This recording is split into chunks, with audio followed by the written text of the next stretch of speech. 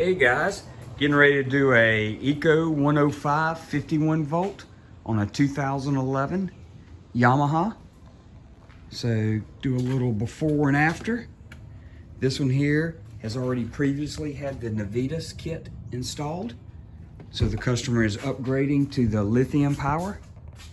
So as we do a unboxing and show you what all it's going to take, there are some additional brackets that we get from Eco to make this install work. So appreciate you tuning in, and let's get to work. All right, obviously the first step, remove the seat, and let's get these batteries out of the way and see what we're working with. All right guys, I got the batteries out. So the next thing I'm gonna go ahead and do is pull my charging port out. This charging port here has a sleeve around it. The screws that hold it in are behind there. I'm gonna use a non-marking pry bar tool. Let's see if I can do this with one hand. Yeah, it's coming off. There we go. So there's gonna be some little bolts right through there. So I'm gonna go ahead and pull those. All right guys, those were 5/16 bolts. There's all three of them right there. In this particular one, for some reason, the charging port was slightly over to one side. So I just had to gently lift up the body to give myself a little wiggle room where I could access that third bolt. So now my next step, it's got to come out through the front. So I'm gonna unsnip some of these wire ties that have all the wires for the charging port. So once I unsnipped all these wires, I did notice there is another, it looks like a gray wire that I'm going to unplug. That goes into the charging receptacle also. So let's go ahead and disconnect. All right, so here is the new Eco charging port right there to the left, the old one to the right. Got all the wires out of it. It does come with some new hardware to attach it back in there. And you can see it has these quick connects that connect up to the charger. Makes it a lot easier. So now we just need to install this one in. All right guys, as I was looking at this, so this charging port is going to screw into this metal bracket, and it is fine thread. I don't know if it'll zoom in, but it's fine thread, where the Eco screws were a little bit differently. So I'm just going to go ahead and use my existing screws just to make the install easier rather than trying to drill out that metal bracket. All right, so we've got it in, and like I said, once we put the charger on there, we'll plug that up. The little retaining ring with the arrow straight up just pushes on. I'm gonna need to do this with two hands. There you go. Now this one's a very snug fit, but if I needed to put some little set screws in these three right here, I guess I could do that. And not sure if that's what these are designed for, but there's a metal plate behind there. Again, you'd have to drill it. I think some set screws right there would probably hold it if yours is loose, but for this one, it's okay. So now to the next. All right guys, we did a quick little rinse out on this fiberglass battery tray, and it really wasn't that bad compared to what I see most golf cart battery trays look like. But this particular customer had a standalone little small, I guess it was a motorcycle battery or something. Looks like it was an ATV battery to run his accessories. So we're gonna eliminate him having to have an extra battery. The Eco battery voltage reducer will handle what he's got. He's just got a couple lights. So anyway, let's go to the next step. We're going to test fit the battery in place, and then we'll figure out where we're going to mount the voltage reducer and also the charger. All right guys, these are the boxes everything came in. So we've got our battery charger, our lithium battery, we've got a bracket kit for the Yamaha, a wiring harness for the voltage reducer, which is in one of these boxes, and then the other box has the battery meter. So let's start unwrapping. All right guys, so here is the bracket kit for the 105 through hole. So it comes with a center rod, a bolt kit, and these three brackets. So I've been advised from Eco, it's better to assemble this outside of the cart. So let me throw that together and then I'll show you what I did. All right, I got the bracket assembled. So if it will actually fit in the cart like this. So if you notice the little groove, and that groove, that might be easier to see it that way. That's in the center of the bracket. That will be that center rib right there. So I'm gonna use the hole to the rear of it. And when I position this in here, and guys, again, I'm doing this with one hand, so there we go. and this is going to be removed. Those are old voltage wires. So the bracket's going to fit in here like this, and that's going to line up to the holes. And what I'll do is I'll start those by hand. I'll wiggle the bracket to make sure it's firmly set, and that's how it's going to look. Now also, that is the center of the bracket, and that is in case you want to shift the battery over and run 2 batteries in parallel. The orientation that I have it right now is so that the terminals will be facing the center of the cart. And my cables, that's how they're going to stretch. So, I mean, you can rotate that cube any way you want to, but we're going to, for this installation, that's the way we're going to run it. All right, so I got my brackets set in there. These are just hand tight. And I didn't mention, but these are 13 millimeter. And also underneath here, they're 13 millimeter bolts with a flat washer and then a lock nut underneath there. So I've got those snug. But once I get these pretty much set where I know they're going to be, I'm just going to wiggle this around to make sure it's got a good solid fit. All right guys, I just lifted the battery out of the box, and pretty nice. It's got these little handles, and I'm getting ready to set it into my battery compartment there. But be careful about something. This has happened to me before. See the studs that go in for your positive and negative cable? They're generally right here beside the foam packing. They do a really good job. You see nice thick foam packing top and bottom, but when you pull it out, it's real easy for that to fall over to the side. So just be careful that you don't misplace these, because you're going to need these for your positive and negative cable. So let me set the battery in there. I'm going to do a dry fit first, but I'm thinking about mounting my charger on the passenger side and my voltage reducer right up against that battery tray. So I'm going to see if all this fits in there, and then I'll just battery's not too hard to pick up with those handles. Pick the battery up, and that way I'll leave all this driver side free. I'll neaten up all that wires, and they can put a cooler or anything else they want to store underneath there. All right guys, I think that's going to be a fit right there. So it is shifted a little further to the back, but not a big deal. This will give me some room for these cables to come around front, charge up to my charging port. But I'm gonna lift this battery out because it'll be a little easier. But I'm going to mount my voltage reducer there, my battery charger here.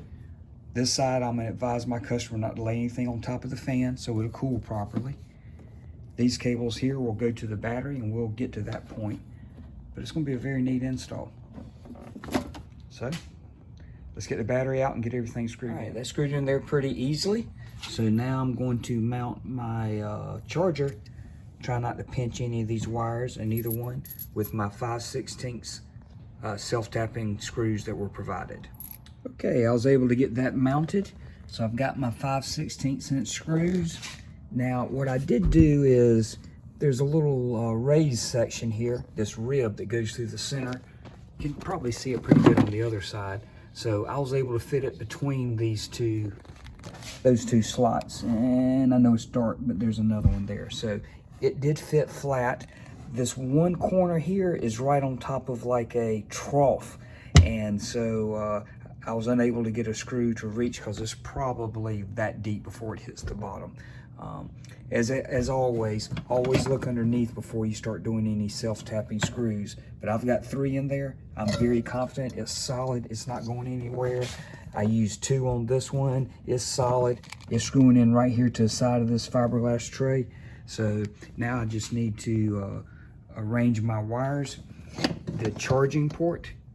So this right here will plug into this end of the charging port, and I'm gonna find a way to really neatly secure it so no one even knows I've got a little extra cord. So we'll get that done. All right guys, we got the battery set in place. You can see there's tons of room around the charger. Not have to worry about it getting overheated. I've got the voltage reducer in place. I ran my charger cable, which is right there, back behind this metal bracket, and then I zip tied it. You can see the quick connect that we installed on our charger port. And now, and you're probably not gonna be able to see down in there, or can you? Nope. But you can look down there in a flashlight. And now we're going to use the supplied threaded rod that comes with the kit. It also comes with a flat washer, lock washer, and then a nut. And that's going to fit right on top to hold the through hole in. And inside your box is going to come with like a top plate. This is going to fit right on there. So let me get it installed and we'll see how that goes. All right, guys, so we got the threaded rod and the 9/16 inch nut. There's a flat washer on the bottom, then a lock washer in between them. It's good and solid. It's not going to go anywhere. I went ahead and ran my, just kind of mocked it up for now. I've got my positive cable and my negative cable from my controller. This particular cart here does have the Navitas kit.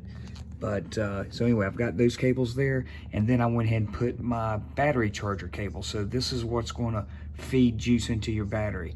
So all that, I tried to use as little wire exposed as possible. And what I did was I just kind of wrapped it up and zip tied it behind that metal bracket. Again, trying to make everything look as neat as possible. So now the next step, I did plug in my harness right down here. That harness there is for my voltage reducer.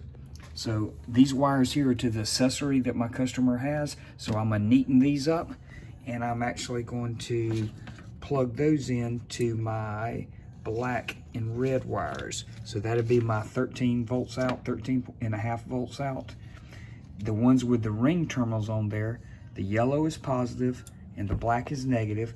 That will go to your battery pack, your 51 volt battery pack. Now there's one other wire, which is here, and it's in a plastic sleeve. And what that is your trigger wire. So it's an orange wire with an eyelet on there. I'm probably going to cut that off, but I'm running it underneath here, and I'm going to go right alongside his other harness that's going up behind the dash, and I'll wire that to the key switch. So we'll get to that in a second. All right, guys, so I did run my trigger wire, and I don't think I explained it, but the trigger wire cuts the voltage reducer on and off. So when you cut your key off, it cuts the voltage reducer off, which will cut off any type of accessories, underglow lights, headlights, whatever you may have. So I've snugged up this 13 millimeter stud, not to over tighten it, but I did want the lock nut to grab it pretty well. And when I stack these on there, I put the thickest cable, which in this case goes to the controller. In your case, it should be the same. I put it against the battery first. Then I put the charging wires. So I got a red one and a black one. Put those on second. And then on the top, which is near the outside, near the head of the bolt, is your yellow wire for your voltage reducer and your black wire. Now, these will snap on. You see the little groove, and there's a little groove right there. So that just snaps on to cover everything. Let's get the other one on there.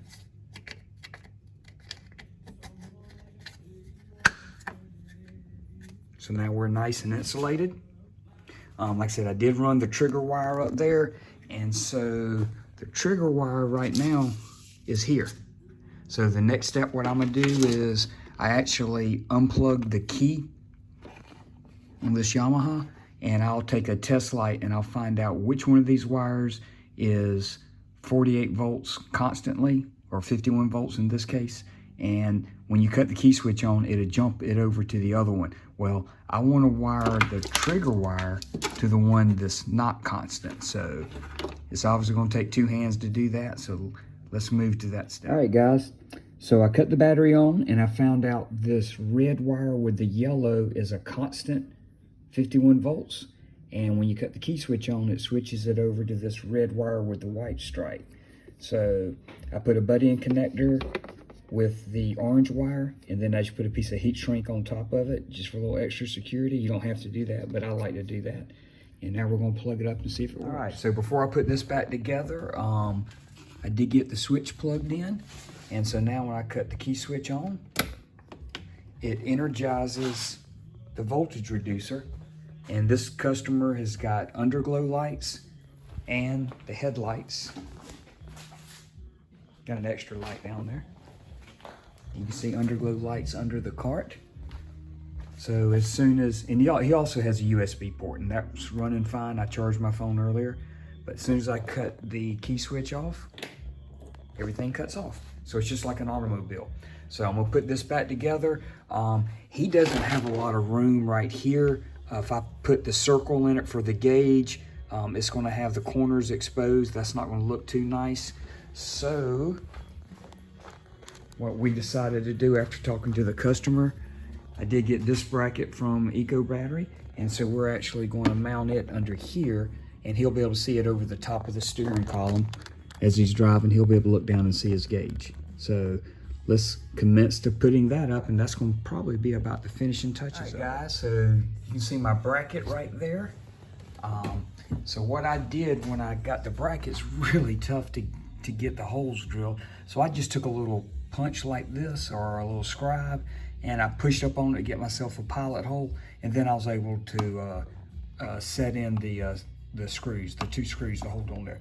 It's sturdy, it's not going anywhere. So now my next step is I need to drill an access hole right through here, so where I can pull my cables alongside where the other wiring harnesses are, and zip tie them real nice and tight, and then hook it right here to this DIN connector on the battery. So let's see how that turns out. All right, so here's the box with the gauge. Little mounting bracket to go behind there real easily with 7mm nuts.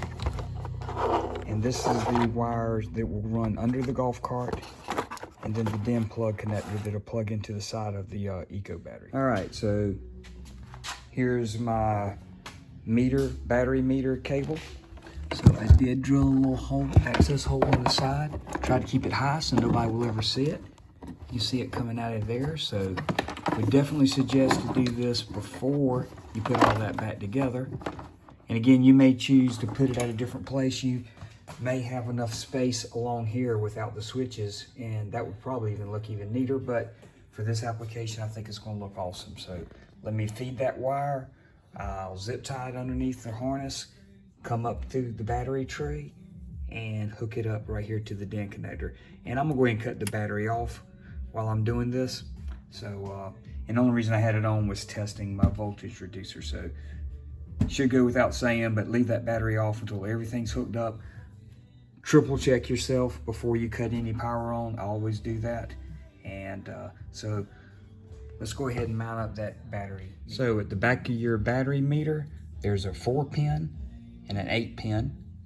So I'm gonna go ahead and connect that up, and then I will connect my little U-bolt bracket with my 7mm nuts. All right, guys, so the gauge is mounted up.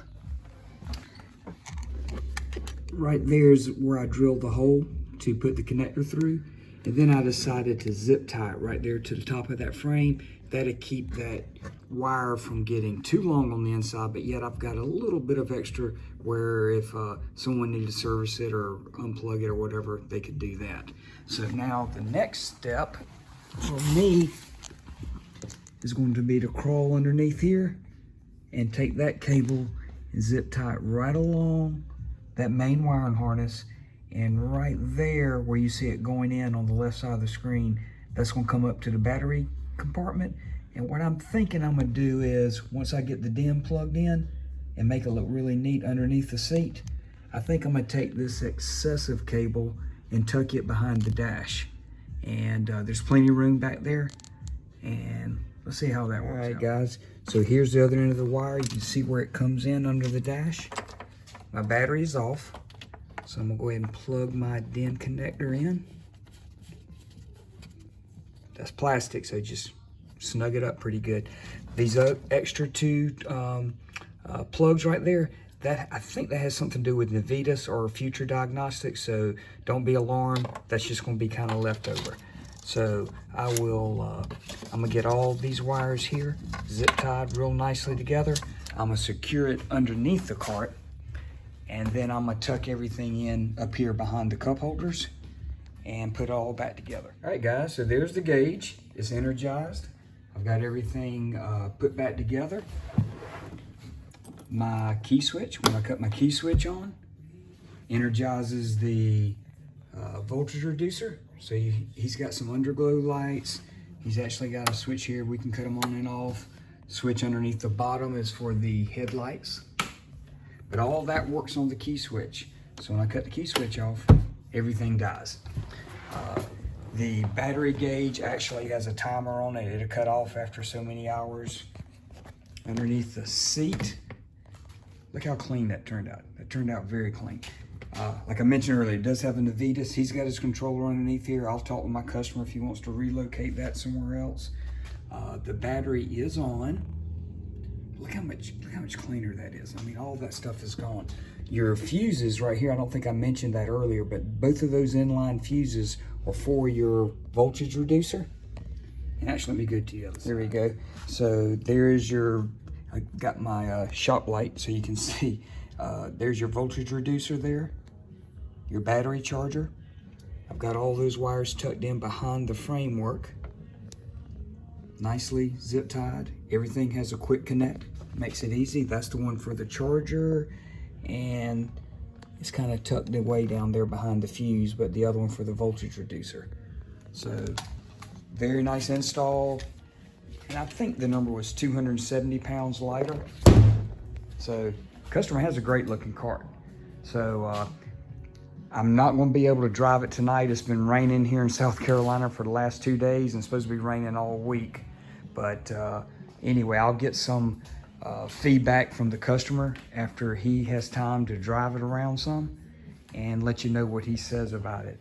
So the only thing that I did leave off, I did not hook his voltage meter back up. You might want to say, well, why not? Well, from the advice of Eco Battery, lithium batteries, they may show 52 volts right now, but it's at 38%. So I do need to do a charge on it overnight. Like I said, this just came out the box today. Charging port looks really cool. All you have to do is plug up an extension cord. But anyway, on this gauge, it may show 52 volts and the customer may think, hey, I'm good to go, and may drive it like it's got 80% battery juice. So I think it's best just to leave it unhooked. So anyway, there's our finished product. Okay guys, thanks for tuning in on this install on a 2011 Yamaha. Installed the Eco Battery 105 amp hour. Pretty much showed you everything that I did. I had to cut in and out a few times because I was doing this with one hand. I just now got the tripod up. But anyway, I am your authorized local Eco Battery dealer, so please feel free to email me. I'll have my email address in the comments, or you can call me on my personal cell phone. That's 803-530-5813. I enjoy doing this. I enjoy being an Eco Battery dealer. I know that they are the best on the market, and so I've done install videos from 70 volts down to the 36 volts. But if you've got a question, hit me up. Like I said, I'll have my contact information down below. Also, my maiden company, Carolina Motors. I've got a website for golf carts that are for sale, carolinamotors.net. And like I said, be more than happy to help any way I can. I do offer shipping.